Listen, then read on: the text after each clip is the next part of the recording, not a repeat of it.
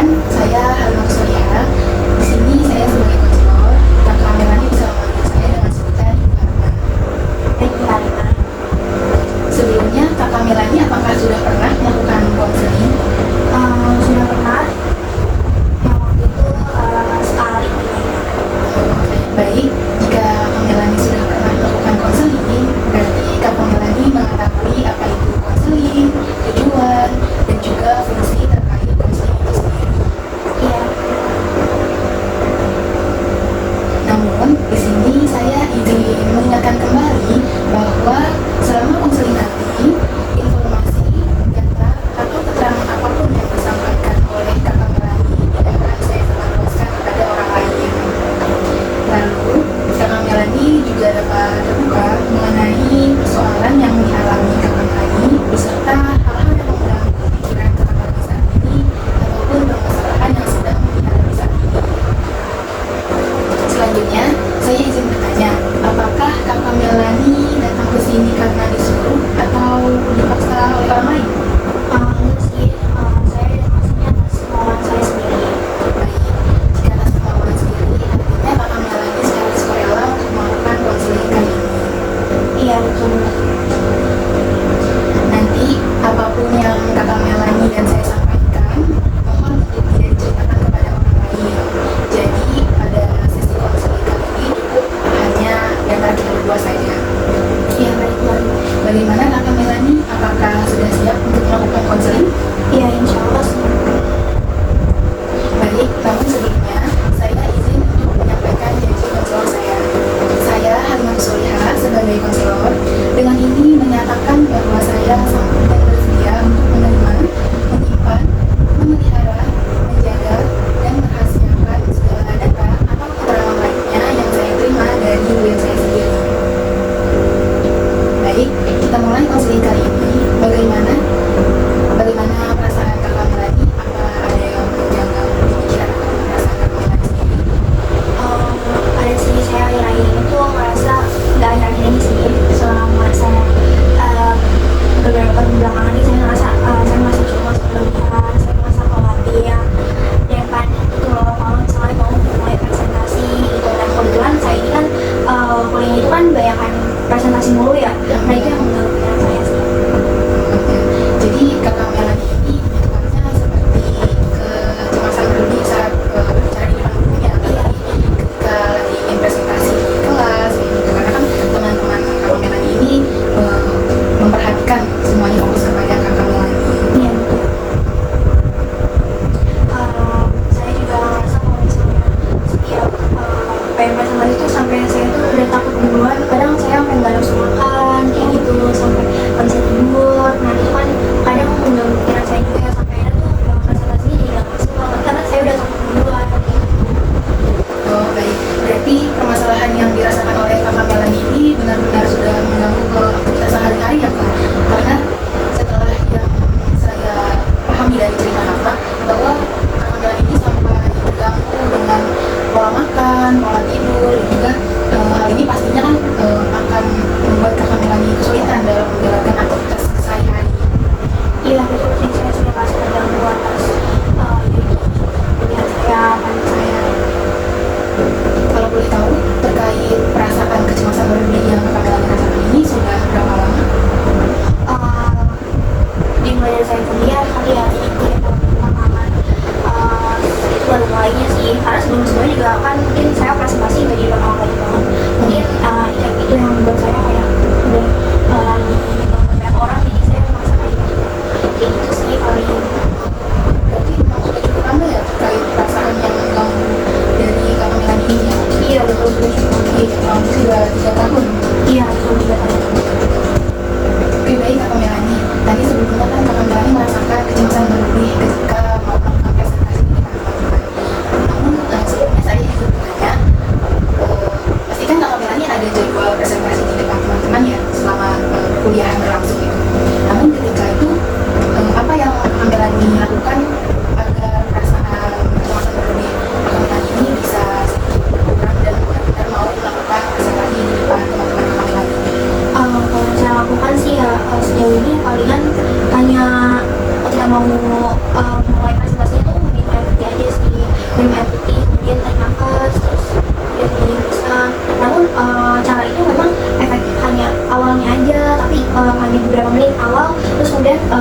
selanjutnya saya masih merasa belum belum apa ya belum nyaman gitu ketika melakukan konsentrasi, tapi kan memang harus dilakukan ya kayak gitu. Oke, baik Kak Melani. Sebenarnya apa yang sudah Kak Melani lakukan ini memang sudah benar ya. Untuk mengurangi rasa kecemasan berlebih, kita bisa dengan air mineral gitu, karena biar kita bisa mengendalikan rasa kita.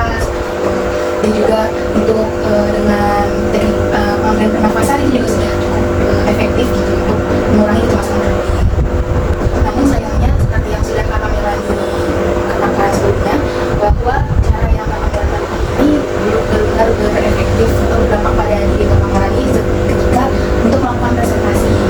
Kemungkinan itu ada satu teknik di mana teknik itu bernama EFT atau Emotional Freedom Technique.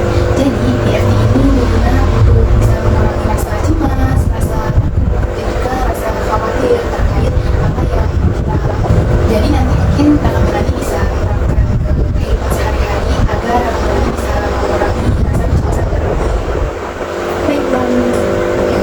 Jadi ini membantu relaksasi Kak Melani agar merasa lebih tenang dan juga mengurangi kecemasan yang dialami oleh Kak Melani. Baik Kak Melani, sebelum memulai, apakah Kak Melani sudah berada di posisi yang nyaman? Iya, sudah merasa nyaman. Baik, berarti Kak Melani sudah merasa nyaman dan sudah bisa dimulai untuk melakukan teknik EFT ini. Yang pertama kita mulai dari tangan terlebih dahulu, sebelah sini diketuk. Ini bisa membuat Kak Melani menjadi jauh lebih tenang. Kemudian lanjut ke atas kepala, sebelah sini diketuk juga. Selanjutnya di atas alis dengan kedua tangan. Selanjutnya di samping mata. Selanjutnya di bawah mata. Di bawah hidung. Di dagu.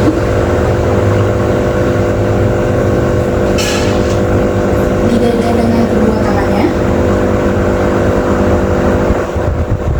Dan di bawah dada.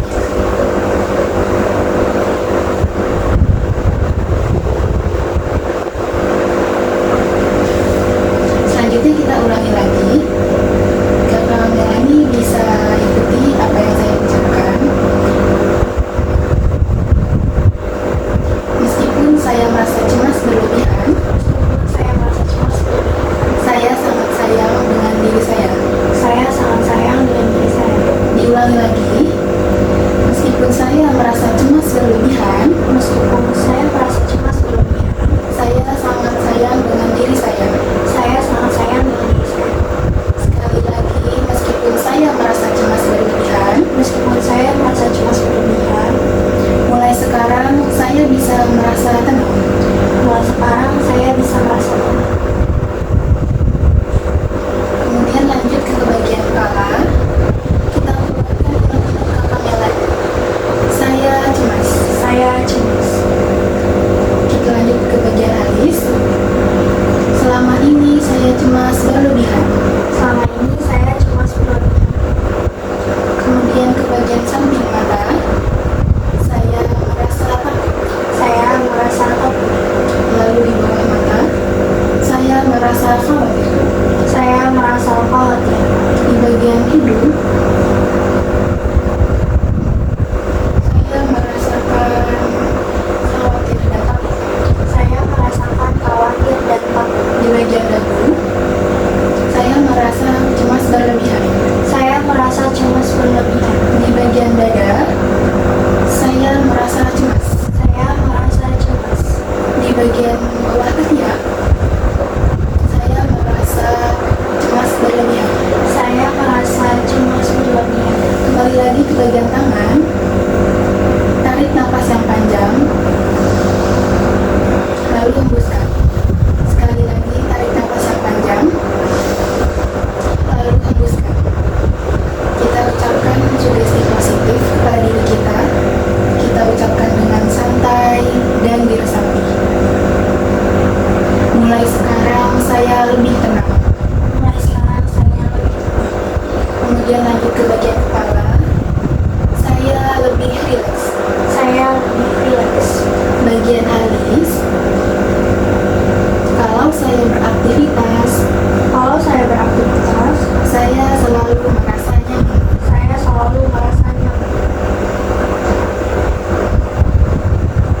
Kemudian dilanjut ke bagian samping mata.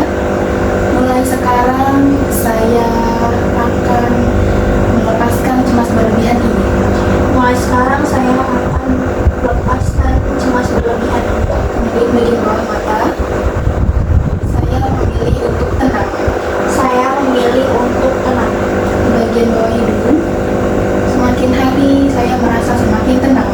Semakin hari saya merasa semakin tenang. Kemudian ke bagian dagu, semakin hari saya merasa semakin rileks. Semakin hari saya merasa semakin rileks. Kemudian di dada, ketika saya tenang, badan saya semakin sehat. Bagian bawah ketiak, pikiran saya tenang, badan saya sehat. Tarik nafas yang panjang, kemudian hembuskan.